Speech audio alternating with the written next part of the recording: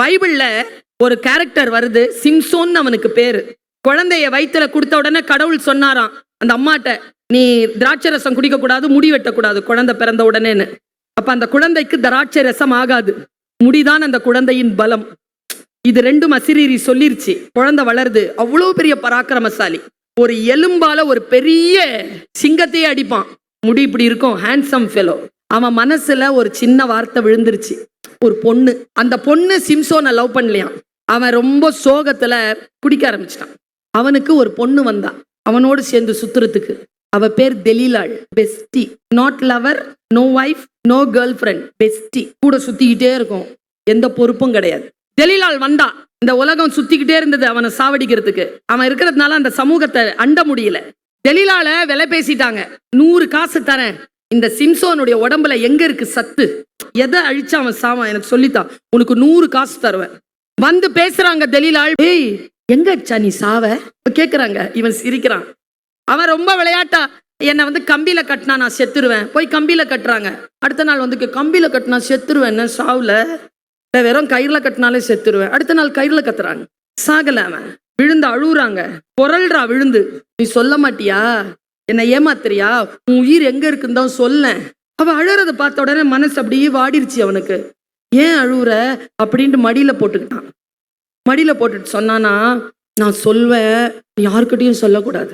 இந்த முடி இருக்குல்ல, இந்த முடியல நிச்சயமா. அப்படி எழுந்து உட்காந்து அவனை மடியில போட்டுக்கிட்டான். தலைமுடிய தடவி கொடுத்துக்கிட்டே இருக்கா. அந்த சொகத்துல பாவி பய தூங்கிட்டான். அந்த முடியை 7ஆ பிரிக்கிறான்.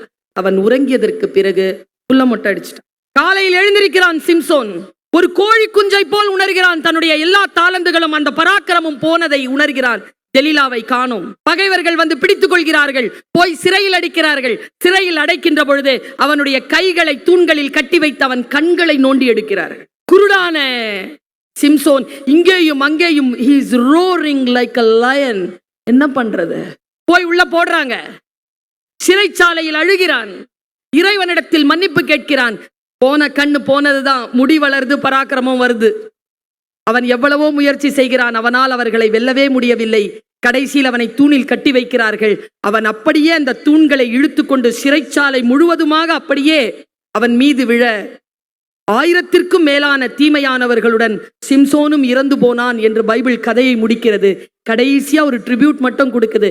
அவன் உயிரோடு இருந்து கொன்ற தீமையானவர்களை விட அவனோடு சேர்ந்து இறந்த தீமையானவர்கள் அநேகம்.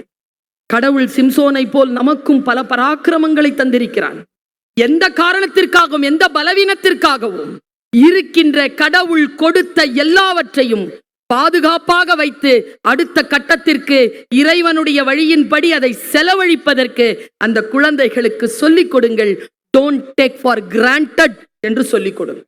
சோகமாறதுதான் சாத்தானின் கூடாரம். ஒருபோதும் குழந்தைகளை சோகவயப்படுத்தி விடாதீர்கள். அந்த சூழலை அனுமதிக்காதீர்கள். நீதான்டா ராஜா என்று சொல்லி வளருங்கள். நீதான் இந்த உலகத்தை ஆட்சி செய்ய வந்த குயின் என்று சொல்லி அந்த குழந்தையை வளர்த்து பாருங்க. ஒருபோதும் உங்க குழந்தைய கீழே விழற அளவுக்கு செதச்சிடாதீங்க. நீங்க என்ன நல்ல வார்த்தைகள் சொல்லி தரீங்களோ உங்க குழந்தை அது கேட்கவே கேட்காது. நாம கேட்டோமா அது நமக்கு கேட்கறதுக்கு. ஆனாலும் கவலைப்படாமல் நல்லவற்றை சொல்லிக்கொண்டே இருங்கள். ஏன் தெரியுமா, உங்களுக்கு முன்னால அது நீங்க சொல்லி தந்ததுபடி நடக்காது. ரொம்ப வார்த்தை சொல்ற முத்து, நீர்த்துளி வந்து சேருது, முத்தான வார்த்தை. நீங்க இப்போ உங்க குழந்தைக்கு சொல்லுகின்ற நல்ல அறங்கள் உங்களுக்கு முன்னால் அவர்கள் பயன்படுத்த மாட்டார்கள். ஆனால் இந்த உலகத்தில் அவர்களுக்கு முன்னால் சவால்கள் வந்து விழுகின்ற பொழுது அதை சந்திப்பதற்கும் அதை ஜெயிப்பதற்கும் நீங்கள் சொல்லி தந்த அறம் பயன்படும்.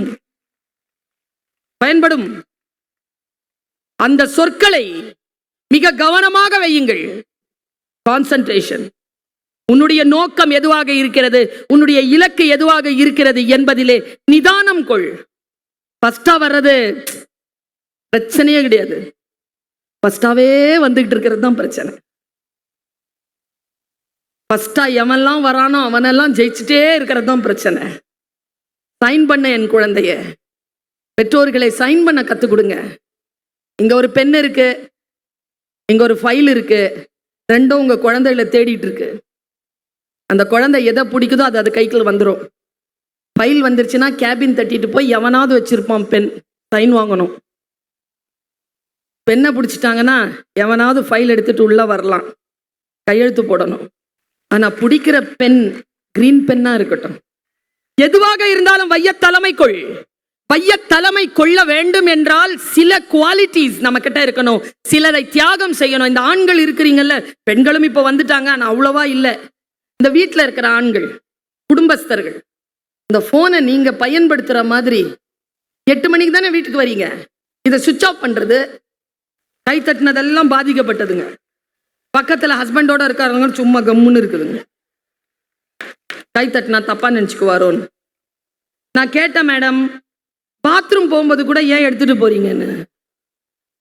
அந்த சைக்காட்ரிக் சொன்னாங்க, பயமா மேடம் தனியா போறதுக்கு. நான் சோஷியல் ஆக்டிவிஸ்ட், நான் சொல்லவா, இதை தனியா விடுறதுக்கு பயம். குழந்தைகளுக்கு சொல்லித்தாங்க, சுயமரியாதை சொல்லித்தாங்க. உங்க குழந்தைக்கு யாரையும் பார்த்து இப்படி பார்த்து வியக்காதன்னு சொல்லித்தாங்க. யாராவது இப்படி பார்த்து வியந்துட்டே இருந்தா நான் குழந்தை வியக்கிறவன் வளர்ந்துகிட்டே இருப்பான், இது கீழே பார்த்துட்டு கை தட்டிக்கிட்டே இருக்கணும், புரிஞ்சுக்க சொல்லுங்க. வியப்பது வீழ்ச்சின்னு சொல்லி கொடுங்க. புரிந்து கொள்ள வேண்டும், பணிவுடன் நடக்க வேண்டும், கற்றுக்கொள்ள வேண்டும். இதுதான் மாணவர்களுடைய முதல் தகுதி என்பதனை நீங்கள் அந்த குழந்தைகளுக்கு சொல்லியும் சொல்லாமலும் தெரியப்படுத்தி கொண்டே இருக்க வேண்டும். அவர்கள் கோலோச்ச வேண்டும் என்றால் இந்த தகுதிகள் வர வேண்டும். 10ஆவதுல செலிப்ரேட் பண்ண குழந்தைகள் 12ஆவதுல தோத்துருது. 12ஆவதுல செலிப்ரேட் பண்ண பிள்ளை ப்ரொஃபஷனல் கோர்ஸ்ல தோத்துருது. பார்ட்டிசிபேஷன் இருந்து கொண்டே இருப்பது, ஃபீல்ட்ல நின்னுகிட்டே இருக்கிறது. இதுதான் உங்கள் குழந்தைகளுக்கு நீங்கள் தர வேண்டிய பாடம். எந்த குழந்தைக்கும் எந்த பெற்றோரும் வாக்குறுதியை தராதீர்கள். வாக்குறுதி தந்தால் அதை நிறைவேற்றுங்கள். நிறைய விட்டமின் எம் கொடுத்து வளர்த்துக்கிட்டு இருக்கிறீங்க, அதனால நிறைய விட்டமின் கே வளர்ந்துருக்குது. இன்னைக்கு ராத்திரி 10 மணிலேருந்து விட்டமின் என் கொடுக்க ஆரம்பிங்க. விட்டமின் எம் என்பது மணி, அதனால் வளர்ந்திருப்பது கொழுப்பு. நீங்க கொடுக்க வேண்டியது நோ.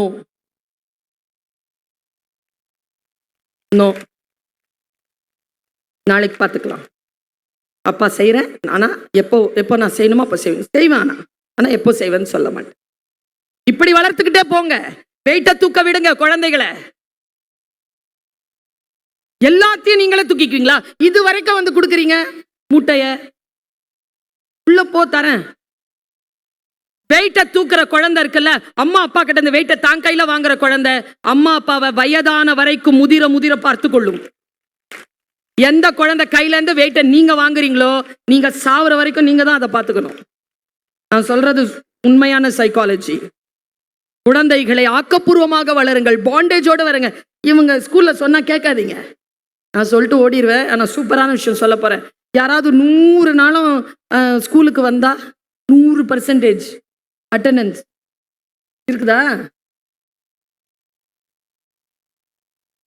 நான் கொடுக்க மாட்டேன் மேடம். 100 நாளும் வந்து என்ன பண்ண போகுது புள்ள?